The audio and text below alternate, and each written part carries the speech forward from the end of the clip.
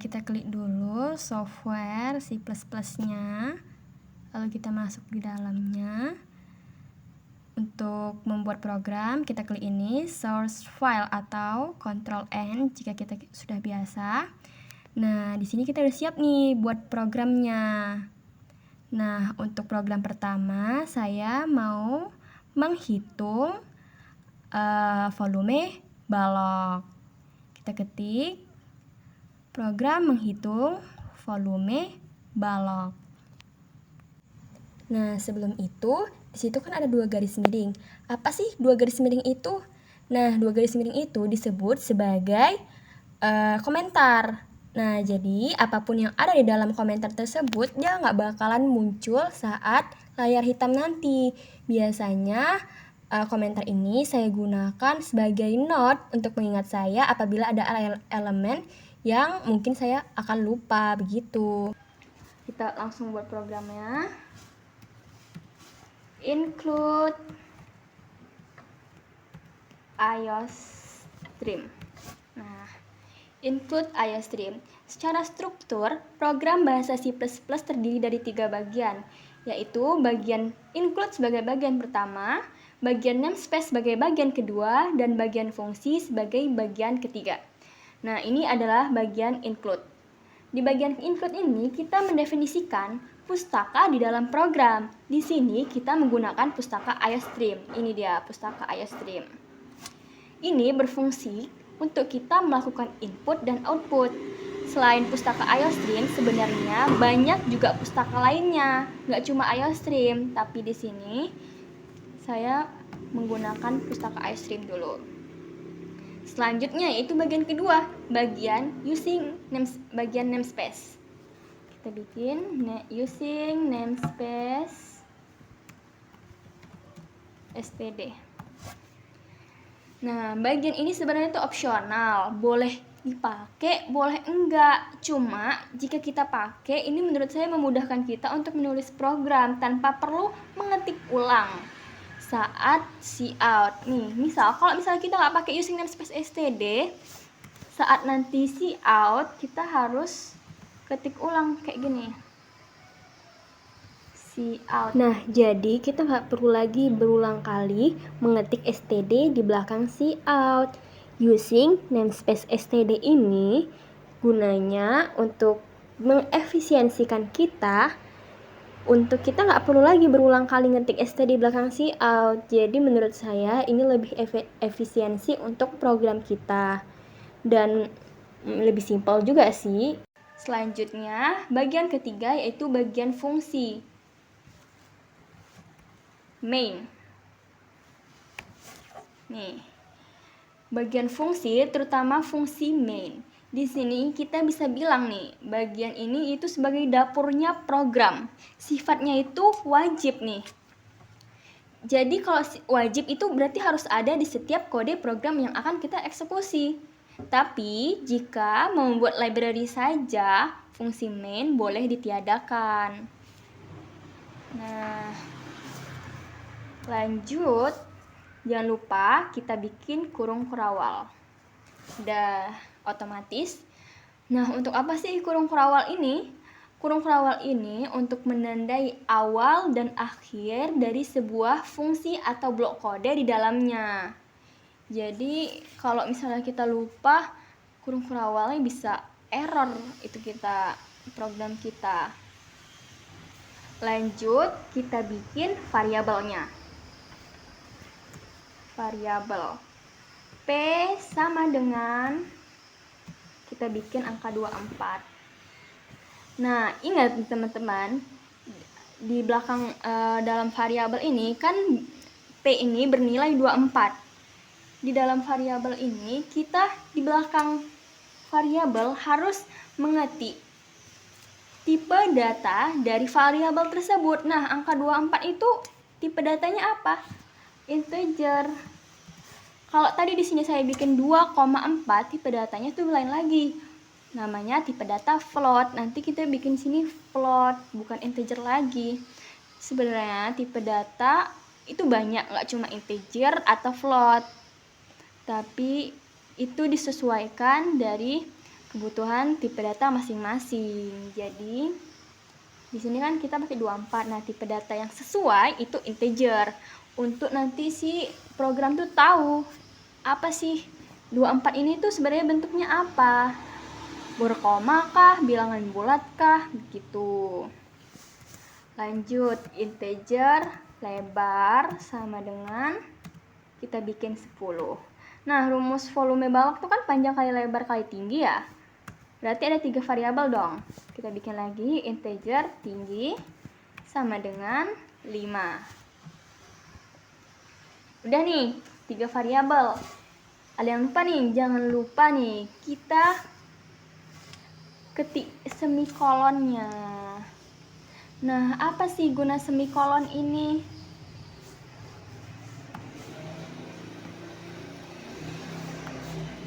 Semikolon ini berfungsi untuk mengakhiri setiap pernyataan.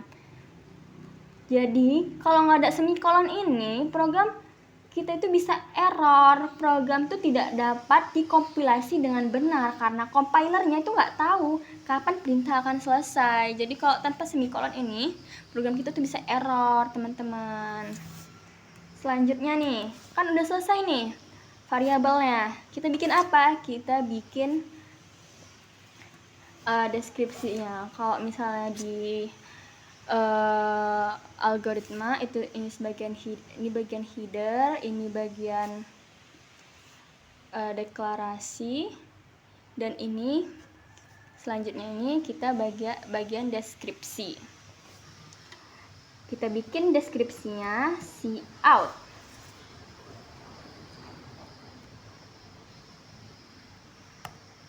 Nilai panjang. Nah, di sini apa sih gunanya cout ini? Cout berfungsi sebagai menampilkan atau mencetak informasi ke layar atau output. Jadi kalau nggak ada cout ini, kayak mana kita mau mencetak nilainya? Jadi cout ini juga sifatnya tuh wajib ya teman-teman. Kita klik cout, nilai panjang sama dengan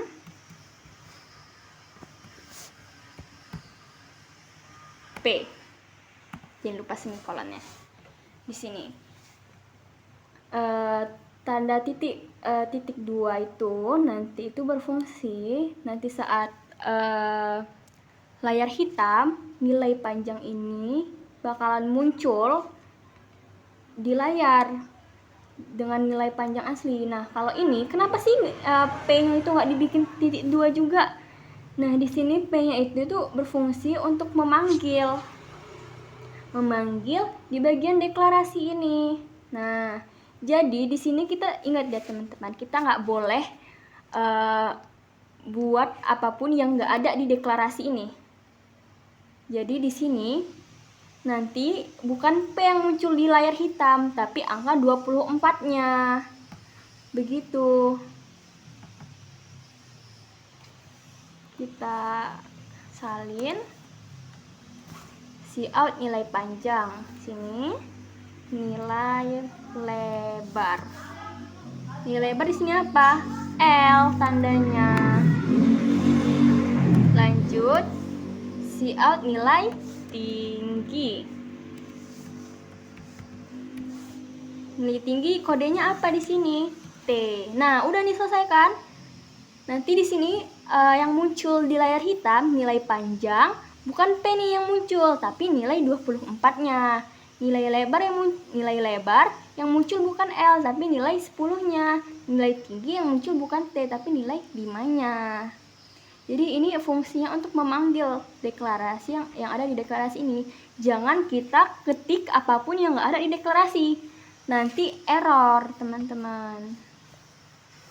Udah selesai kayak gini, baru kita bikin rumusnya.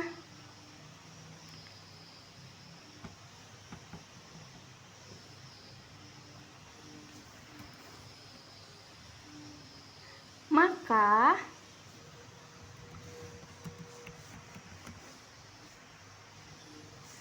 maka volume balok sama dengan, di sini kita ketik rumusnya teman-teman, karena kan di sini kita tadi nggak ada deklarasinya. Kita ketik langsung rumusnya, panjang kali lebar kali tinggi, seperti ini. Udah selesai, jangan lupa ya semikolonnya, kalau nggak program kita bisa error. Ada yang lupa nih, ini nih, untuk apa sih tiba-tiba bikin garis miring N? Garis miring N ini disebut sebagai new line character. Fungsinya itu untuk menambah garis, sama juga fungsinya kayak saya bikin N line. Cuma biar lebih cepat aja, biar lebih efektif, biasanya saya pakai karakter new line karakter ini, atau garis kebalik. Iya, garis miring N kecil. Ini disebut new line karakter. Fungsinya sama kok kalau teman-teman mau bikin N line. Sama-sama untuk menambah garis. Kalau kita nggak pakai N line ini, nanti nilai panjang, nilai lebar, nilai tinggi, volume balok itu dalam satu garis. Kan nggak rapih ya, jelek jadinya. Jadi kita bikin sesuai, kita bikin rapih. Nah, udah selesai nih. Jangan lupa ditutup pakai return 0. Return 0 ini fungsinya untuk mengakhiri fungsi main, bahwa program telah selesai dieksekusi. Jadi kayak mengakhiri program lah, kayak program ini udah selesai gitu teman-teman. Ini fungsinya. Udah dilihat-lihat nih, udah selesai program kita menghitung volume balok. Jangan lupa disimpan. Saya mau namain program volume balok, lalu di save. Udah di save, kita execute, kita compile untuk buktikan ada nggak yang salah. Rupanya ada teman-teman. Di sini saya lupa masuk rumusnya itu salah. Seharusnya kan rumus volume balok kan panjang kali lebar kali tinggi. Di sini saya lupa masukin tingginya. Di sini tuh ada nih teman-teman. Kalau misalnya kalian tadi error kayak tadi, di compile ini dikasih tahu yang mana yang salah, yang mana yang betul gitu. Kita cek lagi, adakah yang salah? Kita compile lagi. Nah, kalau udah kayak gini, udah nggak ada yang salah, berarti kita siap untuk run. Lagi loading programnya. Nah, kan dapat kan? Maka volume balok 1200. Kan rumus volume balok itu panjang kali lebar kali tinggi, 24 kali 10 kali 5 itu 1200 pas. Maka dari ini selesai. Udah selesailah program kita. Layar hitamnya udah pas, udah nggak ada yang error. Inilah program volume balok.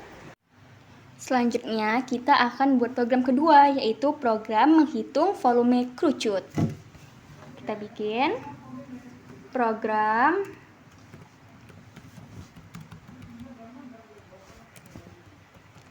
menghitung volume kerucut. Nah, tadi saya udah jelaskan kan fungsi garis 2 ini sebagai program, sebagai komentar. Jadi program menghitung volume kerucut ini nggak bakal muncul di layar hitam nanti. Lanjut, ketik include IOStream. Nah, Tadi udah saya jelaskan juga, bagian include ini adalah bagian pertama dari program bahasa C++, yaitu gunanya untuk mendefinisikan pustaka dalam program. Yang kita pakai pustakanya pustaka IOStream. Selanjutnya yaitu kita bikin bagian kedua dari program C++, yaitu bagian namespace. Using namespace std. Tadi juga sudah dijelaskan bahwa saya menggunakan using namespace std untuk memudahkan saya untuk mengefisienkan program kita. Jadi kita tuh nggak perlu ngulang setiap cout kita bikin std di belakangnya. Setiap cout kita bikin std di belakangnya itu nggak perlu. Jadi cukup sekali aja using namespace std. Itu udah mewakilkan seluruh cout nanti yang kita bikin. Selanjutnya yaitu bagian fungsi, terutama fungsi main. Nah, saya juga tadi udah jelaskan, fungsi main itu sifatnya wajib. Kita tuh bisa bilang ini dapurnya program. Jadi di setiap program wajib harus ada main, fungsi main ini. Kalau nggak ada nanti bisa error, nggak jalan program kita. Jangan lupa bikin kurung kurawalnya untuk menandai awal dan akhir dari sebuah fungsi atau blok kode di dalamnya. Selanjutnya, kita input nih variabel-variabel yang mau kita bikin. Ingat-ingat nih, volume kerucut, rumusnya apa? Rumus volume kerucut kan Pi kali 1/3 kali R pangkat 2 kali T. Jadi di sini variabelnya ada 3. Input P, input R, dan input T. Kita input float P sama dengan nilai P berapa? Nilai P kan 3,14. Jangan lupa semikolonnya. Kan udah saya bilang tadi, sebelumnya kan panjang, lebar, tinggi semuanya itu bernilai bilangan bulat yang tipe datanya integer. Nah, di sini P ini tipe datanya float karena nilainya 3,14. Seperti itu. Kalau tadi di sini 34 gitu.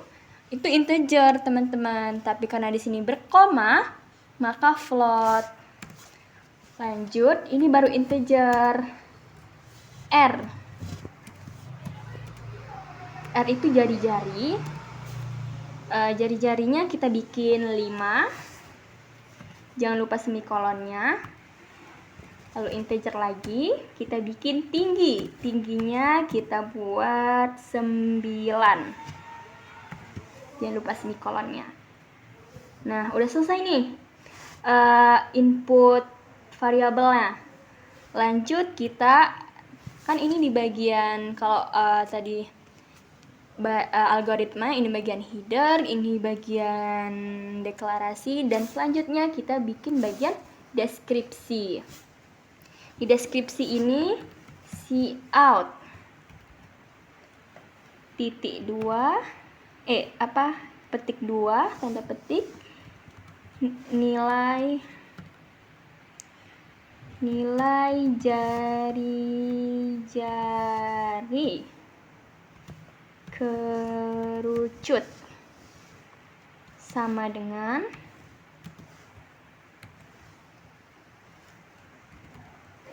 R semikolon. Nah, nanti tanda kutip ini nilai jari-jari kerucut bakal muncul di layar hitam, sedangkan R ini itu memanggil nilai R yang ada di sini, teman-teman. Nilai R yang di sini yang ada di deklarasi. Nilai R ini kan 5, berarti nanti seperti sebelumnya di layar hitam nilai jari-jari kerucut sama dengan 5. Lanjut, nanti kita itu aja, kita copy paste aja. Cout nilai jari-jari. Selanjutnya, jangan lupa new line karakternya, atau kalau teman-teman mau bikin n-line boleh. Oh ya, tadi saya jelaskan kalau misalnya new line karakter ini dengan n-line itu fungsinya sama untuk menambah baris. Tapi penggunaannya beda. Kalau new line karakter ini digunakan di dalam tanda petik. Kalau n-line itu digunakan di luar tanda petik. Jadi kalau misalnya kita gunakan n-line dalam tanda petik, bisa error program kita. Begitu teman-teman. Jadi karena saya biar memudahkan, biar mengefisienkan program saya, jadi saya pakai new line karakter. New line karakter, nilai jari-jari kerucut sama dengan ini. Nilai jari-jari kerucut sama dengan pi. Ini memanggil nilai pi yang udah kita bikin di sini. Lanjut.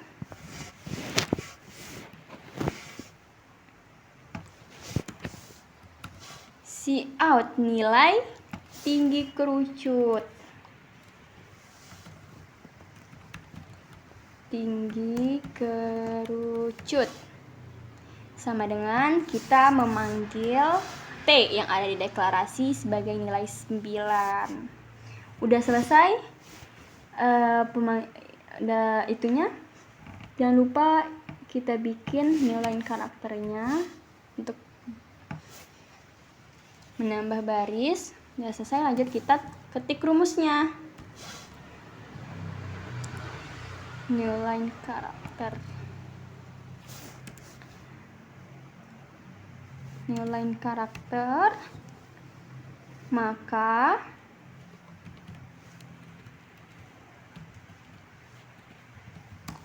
volume kerucut sama dengan, baru di sini kita ketik rumus dari volume kerucut. Apa rumus volume kerucut? Rumus volume kerucut kan 1/3 kali pi kali r pangkat 2 kali t. Nah 1/3 ini saya ubah dalam bentuk koma, bilangan berkoma. 1/3 sama dengan 0,33 dikali pi dikali r dikali r dikali t. Dapat kan 1/3 kali pi dikali r pangkat 2 dikali t. Dapat rumusnya. Kita cek ada yang error tidak. Lalu jangan lupa return 0. Return 0 tadi sudah saya jelaskan. Fungsinya untuk mengakhiri fungsi main. Memberikan tanda bahwa program udah selesai dieksekusi. Udah selesai semua. Baru kita save. Jangan lupa di save, karena kalau nggak di save nanti bisa error programnya. Program volume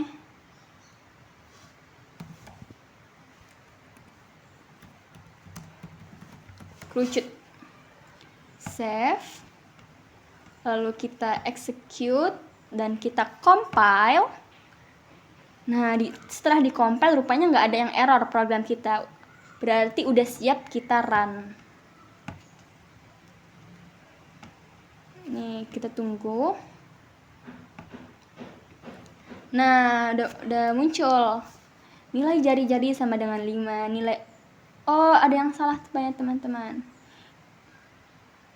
Ini nilai pi.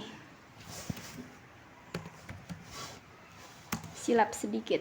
Nah, nilai jari-jari kerucut sama dengan R, nilai pi kerucut sama dengan pi, nilai tinggi kerucut sama dengan T, nilai volume kerucut sama dengan rumusnya, return 0, udah semua, kita save ulang. Nah, kalau ada kesalahan jangan lupa kita save ulang kalau udah setelah benerin, lalu kita compile dan run.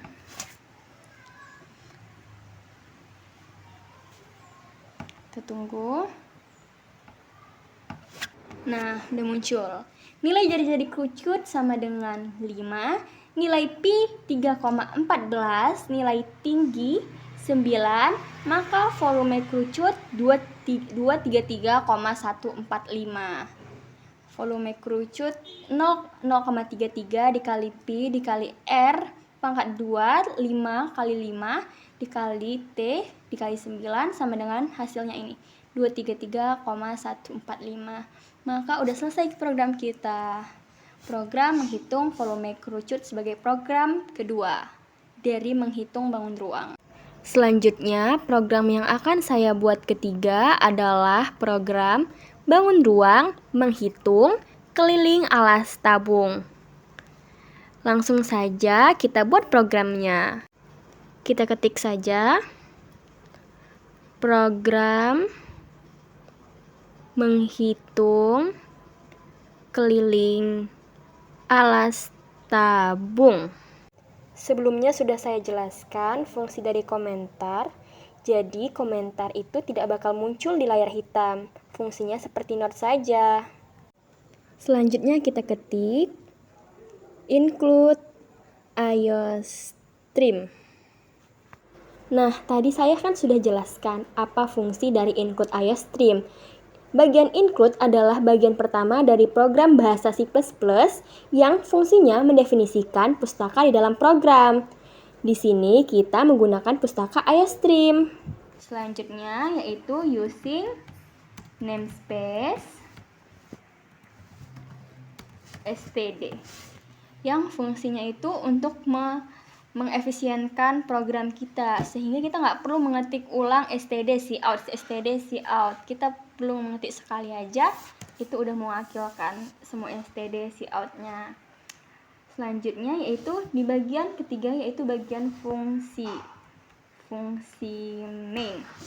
Tadi sudah saya jelaskan bahwa fungsi main ini sifatnya wajib. Jadi kalau nggak ada fungsi main, program kita tuh error, gak jalan. Jadi ini fungsi main itu kayak semacam dapurnya program gitu. Baru lanjut, jangan lupa kurung kerawalnya sebagai menandai awal dan akhir dari program. Dan kita bikin variabelnya. Kita input variabel dari rumus keliling alas tabung kan itu 2 kali pi kali r kan. Jadi di sini variabelnya kita input 2 biji, yaitu integer r sama dengan 8. Kita bikin nilai jari-jarinya 8 dan float pi sama dengan 3,14. Nah, tadi saya sudah jelaskan nilai r sama dengan 8 dan 8 ini merupakan bilangan bulat, jadi tipe datanya integer. Pi sama dengan 3,14. 3,14 itu bilangan berkoma, jadi tipe bilangannya itu adalah bilangan tipe datanya itu data float ya. Nah, udah selesai kita bikin variabelnya. Selanjutnya kita bikin deskripsinya kalau di dalam algoritmanya. Deskripsinya yaitu cout dikutip 2 nilai jari-jari sama dengan R semikolon. Cout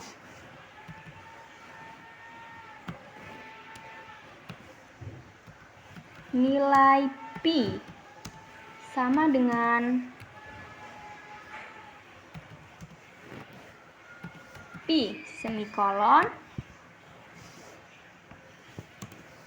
dan cout maka nilai keliling alas tabung sama dengan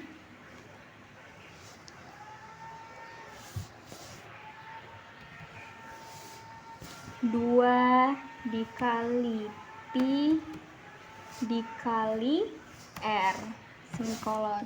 Nah, saya sudah jelaskan tadi fungsi cout yaitu menampilkan atau mencetak informasi ke layar hitam. Jadi cout ini nanti kita akan menampilkan nilai jari-jari yang ada di dalam tanda petik 2 ini. Nilai jari-jari sama dengan R. Kita memanggil nilai yang ada di deklarasi tadi R nilainya 8, cout kita menampilkan nilai P, nilai yang ada di dalam ini nilai P, dan kita memanggil float yang deklarasi P 3,14, lalu cout kita menampilkan maka nilai keliling alas tabung. Lalu kita buat rumusnya 2P kita panggil 3,14, R kita panggil 8. Nanti akan terkalikan sendiri. Jadi, lalu kita udah selesai nih kan programnya. Jangan lupa return 0 semikolon. Pokoknya di setiap ini jangan lupa semikolon, kalau enggak nanti program kita itu bisa error, teman-teman. Nah, kita lihat adakah yang salah di program kita. Jika tidak ada yang salah, kita bisa save. Kita save. Jangan lupa setiap program harus di-save ya, teman-teman. Save. Judulnya saya mau bikin tadi apa? Alas tabung. Program keliling alas tabung. Save. Nah, udah kan? Udah ke save. Baru kita compile. Nah, setelah di-compile rupanya nggak ada yang error, nggak ada yang salah dari program kita. Kita bisa langsung run.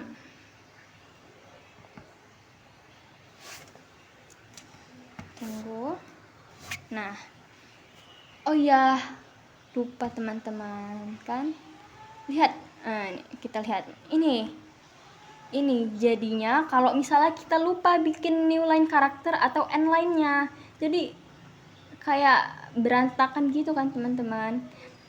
Di programnya itu nggak error, tapi nanti pas udah layar hitam dari run jadi seperti ini. Nah, itulah kalau misalnya kita nggak nambahin new line karakter atau end line. Ini fungsinya udah gini. Jangan lupa kita save, kita compile and run. Nah, udah selesai. Nah, inilah program yang kita buat menghitung keliling alas tabung. Ini outputnya, nilai jari-jari sama dengan 8, nilai P 3,14, maka nilai keliling alas tabung 50,24, hasil dari 2 kali 3,14 kali 8. Inilah program menghitung keliling alas tabung. Selanjutnya kita akan membuat program kalkulator sederhana. Kita akan membuat program kalkulator sederhana. Kita langsung buat programnya aja. Kita buat headernya. Program kalkulator sederhana. Nah, di bagian ini ada 2 garis miring. 2 garis miring ini itu berfungsi sebagai komentar. Jadi, komentar ini nggak bakal muncul dalam layar hitam nanti, teman-teman. Kita lanjut bikin programnya. Include IOStream. Include IOStream ini merupakan bagian pertama dari program bahasa C++ yang fungsinya untuk mendefinisikan pustaka di dalam program. Di sini kita pakai pustaka IOStream. Pustaka IOStream ini berfungsi untuk kita melakukan input dan output. Kita lanjut ke bagian kedua, yaitu bagian namespace std. Isi namespace std ini fungsinya opsional, boleh dipakai, boleh enggak. Namun, lebih memudahkan kita untuk melakukan input dan output, sehingga kita nggak perlu berulang kali mengetik std di belakang cout. Lebih efektif untuk kita dalam membuat program. Kita lanjut ke bagian kedua, bagian selanjutnya, yaitu fungsi main. Fungsi main ini bisa dibilang sebagai dapurnya program, sifatnya itu wajib, harus ada dalam setiap program yang dieksekusi. Tapi kalau kita buat library aja, fungsi main ini boleh ditiadakan. Setelah itu, kita harus mendefinisikan data variabel yang akan digunakan. Jadi kita buat deklarasinya dulu. Jangan lupa kurung kurawalnya. Kurung kurawal itu berfungsi untuk menandai awal dan akhir dari sebuah program yang kita lakukan. Kita buat kurung kawal, lalu kita deklarasikan.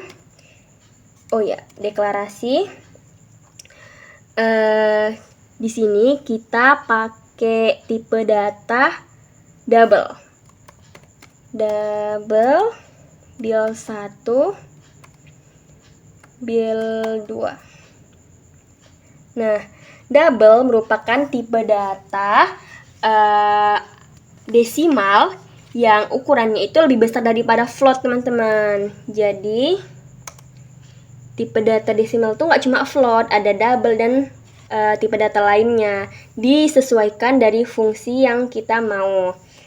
Lalu char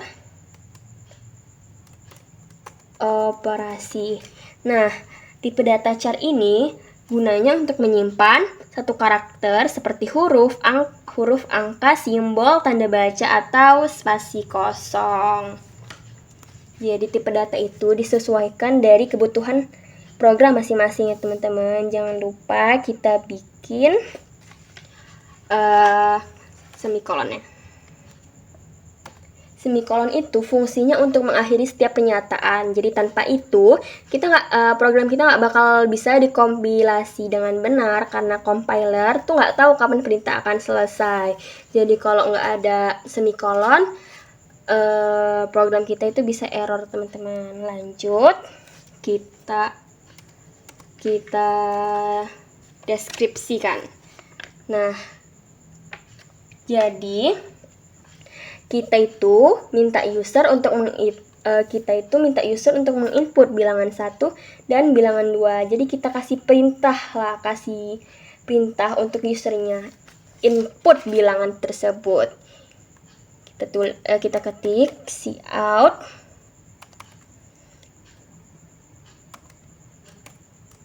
bilangan 1 sama dengan semikolon sin bil 1 semikolon. Nah, ini kan udah ada perintah untuk bilangan 1. Kita lanjut ke bilangan kedua. Cout bilangan 2 bilangan 2. Nah, cout ini teman-teman atau console out fungsinya untuk memberikan perintah menampilkan kata, kalimat, atau variabel ke layar dalam bahasa pemrograman. Sedangkan sin atau console in gunanya untuk menginput value dari variabel tersebut. Kita lanjut ke bagian operasinya. Cout kita itu aja.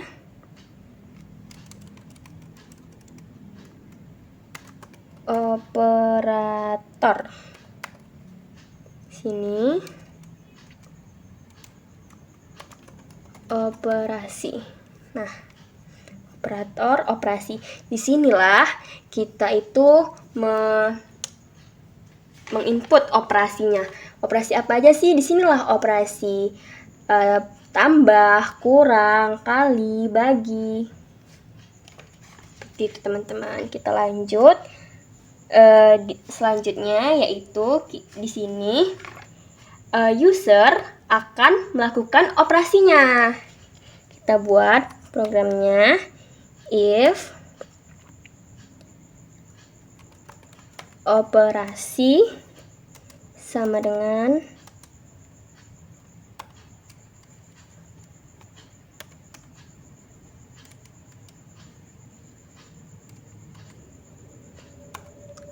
tambah.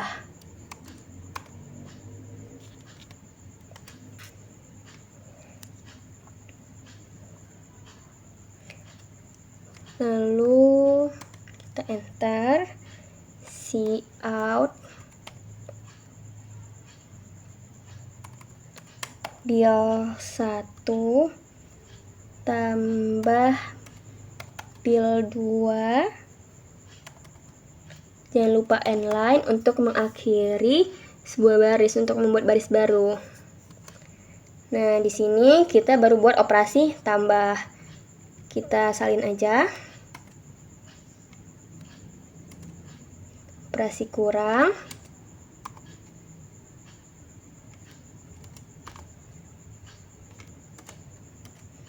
Operasi kali.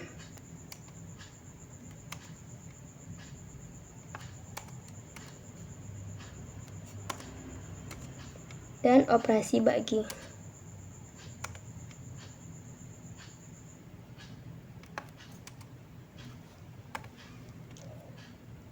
Nah, udah siap. Jangan lupa semikolonnya.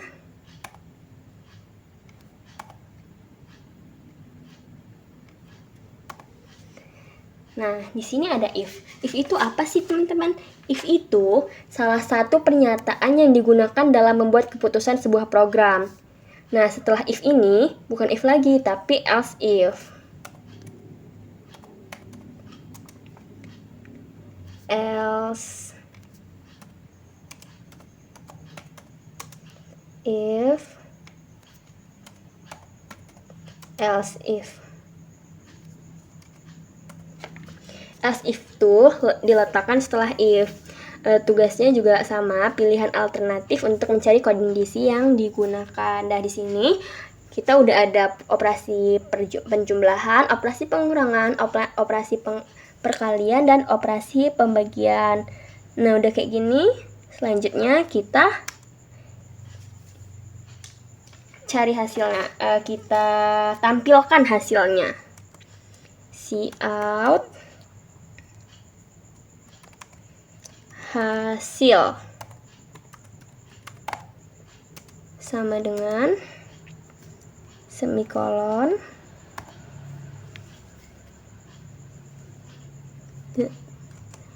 jangan lupa return 0. Return 0 itu gunanya untuk apa sih? Return 0 itu berarti fungsi tersebut tidak mengembalikan nilai apapun. Nah, fungsi ini digunakan ketika tipe pengembalian void digunakan bersama atau bersama fungsi tersebut. Jadi return 0 ini penting ya, teman-teman. Jangan sampai lupa. Nah, di sini udah selesai program kita. Jangan lupa kita save. Program kalkulator. Kita save. Lalu kita compile untuk mengecek apakah ada kesalahan dari program kita. Ternyata tidak ada kesalahan. Setelah tidak ada kesalahan, kita bisa run. Di sini kita disuruh untuk memasukkan kita sebagai user untuk memasukkan bilangan 1. Kita tes bilangan 1-nya 5, bilangan 2-nya 8, operatornya saya mau perkalian. Nah, hasilnya 40. 5 dikali 8 sama dengan 40.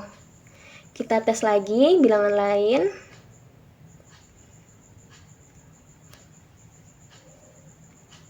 Bilangan 1-nya 9, bilangan keduanya 10, operatornya saya mau penjumlahan. Nah, di sini 9 ditambah 10 sama dengan 19 hasilnya. Sudah selesailah program kalkulator sederhana kita. Demikianlah tutorial saya, semoga bermanfaat.